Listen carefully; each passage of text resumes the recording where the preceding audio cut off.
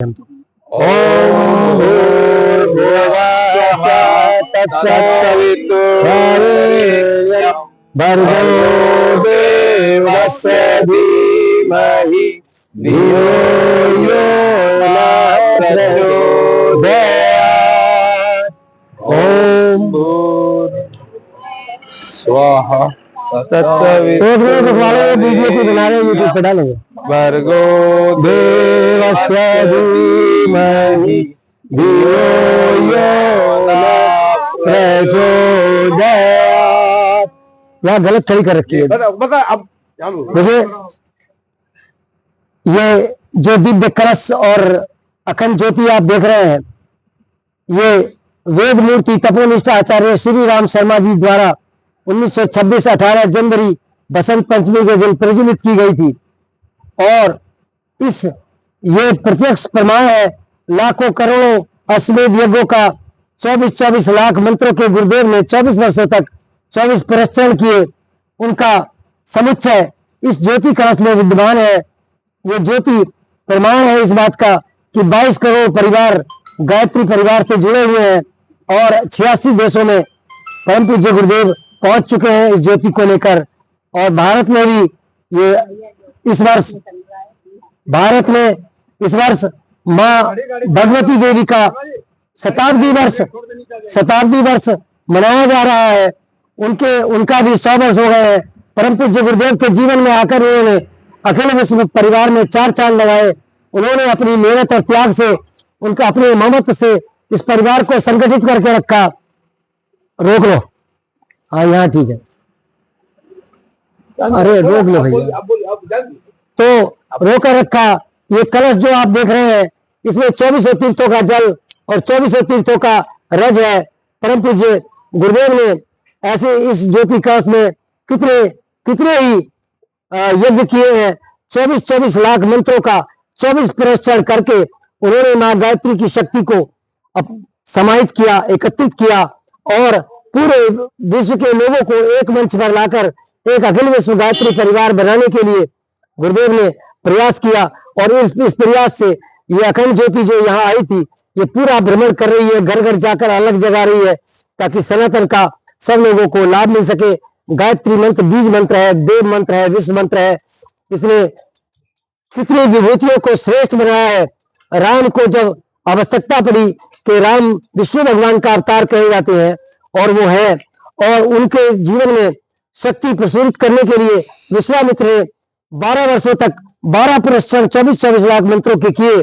जो तप उन्होंने इकट्ठा किया, उसके बदले में राम के अंदर वो शक्तियां प्रज्वलित हो गई, वो शक्तियां आ गई, जिससे वो राक्षसों का वध करके उस समय स्वर्ग जैसा वातावरण अयोध्या में पूरे विश्व में बना सके। वो शक्ति माँ गायत्री देती है। ये गायत्री चेतना केंद्र है। यहाँ से लोगों की चेतना सोए सुसुप्त शक्तियां जागृत होती हैं। यहाँ पर करोड़ों यज्ञ हो चुके हैं, करोड़ों लोग मंत्र रोज मंत्र यहाँ चलते हैं। तो 5-5 करोड़ मंत्र का यहाँ जाप चलता रहता है। ऐसा दिव्य कलश जिसके अंदर 24 तीर्थों का जल, 24 तीर्थों की रज और 24 प्रश्चरण का तप और गुरुदेव का पूरा पुण्य उसमें जुड़ा हुआ है। जो गुरुदेव ने स्वयं कहा था, मैं अपने शरीर के जाने के बाद भी सूक्ष्म रूप से आत्मा स्वरूप इस ज्योति के जो ज्योति है, ज्योति की ज्वाला में ही समाहित रहूंगा और अपना जितना भी तप पुण्य किया है उसका 50% अपने परिवारजनों के, अपने बच्चों के पालन पोषण में, उनके दुख दर्द दूर करने में लगाऊंगा और 50 से मैं नवनिर्माण करूंगा, जिससे कि पूरा विश्व एक ही हो जाए और पूरा परिवार अखिल विश्व गायत्री परिवार बनाया जाए। तो वो शक्तियां प्राप्त करने के लिए भगवान कृष्ण के जीवन में भी दुर्वासा ऋषि और संदीप ऋषि ने उनको उनके जन्म से 16 साल पहले से ही तप करना शुरू कर दिया था। और उसमें 24 लाख मंत्रों के 16 वर्षों तक 16 प्रश्चरण संदीप भगवान ने किए, गुरुदेव ने किए। और उन्होंने भगवान कृष्ण को अपने आश्रम में बुलाकर दीक्षा दी और वो सारी शक्तियां उनको सुपुर्द कर दी, जिससे उन्होंने द्वापर युग के सभी राक्षसों का वध करके धर्म की स्थापना की और महाभारत जैसे विशाल युद्ध का नेतृत्व किया। तो ऐसी शक्तियां जब किसी मानव शरीर में आ जाती हैं तो देवत्व का उदय हो जाता है और मनुष्य देवता बने है, धरती स्वर्ग समान। यही संकल्प गुरुदेव का है और ये वो पूरा करने जा रहे हैं। अभी तक 22 करोड़ परिवार जुड़े हैं, लेकिन आने वाले इसी वर्ष में रोज लाखों लोग दीक्षा लेते हैं। आज अभी मैंने एक बच्चे को यहाँ दीक्षा दी, रोहिणी से आया था। तो गुरुदेव के शक्ति से जो जुड़ जाता है, दीक्षा का मतलब होता है अपनी इच्छाएं गुरुदेव को देना, और उसमें गुरुदेव अपना तप और पुण्य डाल देते हैं, जिससे उसके व्यक्तित्व का निखार होता है। उसके व्यक्तित्व के अंदर जो है वो कलियां फूटनी शुरू हो जाती हैं और वो एक विशेष व्यक्तित्व बन जाता है। जैसे विवेकानंद के जीवन में रामकृष्ण परमहंस ने अपनी शक्ति डालकर उनको एक श्रेष्ठ महापुरुष बनाया था, उसी तरह भगवान कृष्ण को संदीपनी आश्रम में निर्माण किया गया चरित्र का, और इस तरह से भगवान कृष्ण 16 कलाओं के ज्ञाता बने और उन शक्तियों से उन्होंने पूरे विश्व का परिवर्तन किया। और आज के कलयुग में जिसके घर घर में दुर्योधन, राक्षस, रावण और सब निवास करते हैं, एक ही परिवार में अब 2 तरह के लोग मिलते हैं, एक सात्विक प्रवृत्ति वाले, एक राजसी प्रवृत्ति वाले। इसलिए समाज दूषित हो गया है। समाज की बुराइयों को उखाड़ फेंकने के लिए परम पूज्य गुरुदेव ने 24 वर्षों तक 24 शक्तियों का पुरस्कार किया। 24 लाख मंत्रों के 24 पुरस्कार गुरुदेव ने 24 वर्ष तक किए।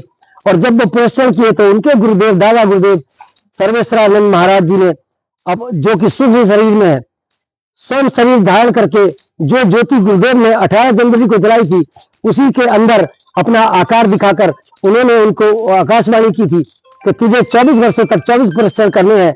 24 शक्तियां ही गायत्री मंत्र में होती है, 24 अक्षर पर परम पुनीता, जिसमें बसे शास्त्र श्रुति गीता। तो 24 शक्तियों का समुच्चय बनाकर गुरुदेव ने 24 वर्षों तक तप किया। और वो खाते थे अपनी काली गाय को 1 किलो 2 किलो जौ खिलाते थे। गोबर में अगले दिन वो संस्कारित होकर अन्न निकलता था। उसको माताजी, बंदरी माताजी शुद्ध करके गंगा जल से धोकर सुखाकर उसका आटा बनाकर 1 रोटी स्वयं खाती थी, 1 उन्हें खिलाती थी।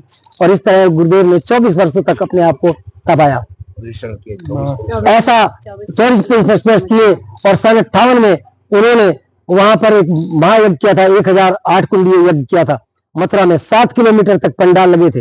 गुरुदेव के पास चवन्नी नहीं थी, लेकिन कहां से पूरे देश से बैलगाड़ी लाद कर सेठ लोग, कोई गुड़, कोई चना, कोई कुछ, कोई बेसन, कोई घी, कोई तेल ला रहा है। और वहां पर 7 दिन तक महायज्ञ हुआ था। 7 लोगों ने भोजन किया था रोज, प्रतिदिन 2 टाइम। तो ये शक्तियां गायत्री माँ ने स्वयं अपने लिए सब सुविधाएं जुटानी एक ही दिन में, रात में जी, गाय से गायत्री। तो ऐसे करके ये महाशक्तिशाली यज्ञ का जो ये अभी कलश आया था, इसका भ्रमण हम घर घर जाकर करा रहे हैं। ये गुरुदेव का एंटीना है, वाईफाई इसके अंदर लगा है उनका, और जिस क्षेत्र में निकलता है वो गायत्री में हो जाता है। जिसने दर्शन कर लिए उसके पुराने जन्मों के सब पाप कट जाते हैं, और उसके घर में राम कृष्ण जैसे व्यक्तित्व पैदा होते हैं, जो दर्शन मात्र से हो जाते हैं। और जो गायत्री की 3 माला रोज अपने जीवन में करेगा, उसके माता पिता का पुण्य उदय होगा, उसका स्वयं का 1 माला से खुद का होगा भाग्य उदय, और तीसरी माला से विश्व समुदाय की शांति के लिए वो 1 माला दी जाएगी, जिससे अपने परिवार, रिश्तेदार और पूरे देश के निवासी सब लोग अच्छी तरीके से रह सकें, सबको इसका आशीर्वाद मिले। ऐसी पुण्य आत्मा इस देश में कभी कभी आती है, दिव्य आत्मा आती है। स्वयं भगवान हमारे गुरु, परम सौभाग्य हमारा है। तो ये गुरुदेव का एक भजन था, हमने सुनाया। तो उसमें गुरुदेव ने स्वयं कहा है, तो भक्त हम लोग भी उनके जब इस गीत को गुनगुनाते हैं तो हमारी आंखें भर आती हैं कि जो नहीं दे सका कोई भी आज तक, पूज्य गुरुदेव वह दे दिया आपने। प्राण में प्रेरणा भाव संदे देना, प्राण में प्रेरणा भाव संदे देना। बुद्धि को श्रेष्ठ चिंतन दिया आपने, बुद्धि को श्रेष्ठ चिंतन दिया आपने। गायत्री मंत्र बोले एक बार।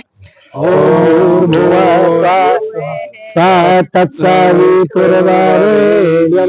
भर्गो देवस्य धीमहि धियो यो नः प्रचोदयात्। हमारा नाम M.K. शर्मा है और हम गाजियाबाद में रहते हैं।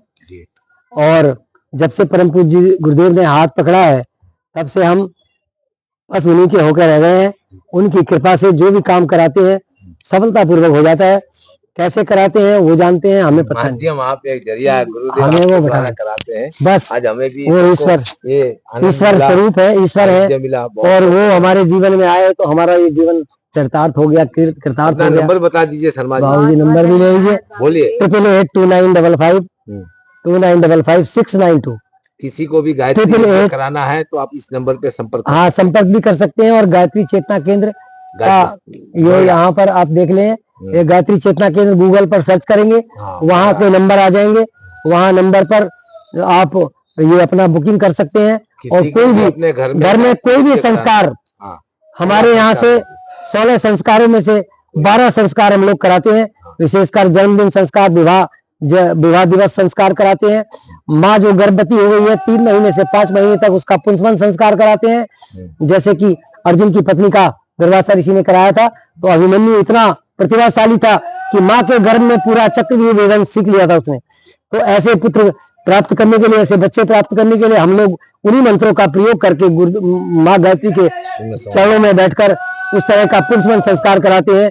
उसके बाद जन्मदिन संस्कार कराते हैं, नामकरण संस्कार कराते हैं, शुद्धिकरण कराते हैं, विद्या आरंभ कराते हैं, मुंडन संस्कार कराते हैं, और अन्नप्राशन संस्कार कराते हैं, और उपनयन संस्कार कराते हैं, यज्ञोपवीत संस्कार कराते हैं, विवाह दिवस कराते हैं, और मृत्यु के बाद जो आप तर्पण श्राद्ध करते हैं वो भी कराते हैं।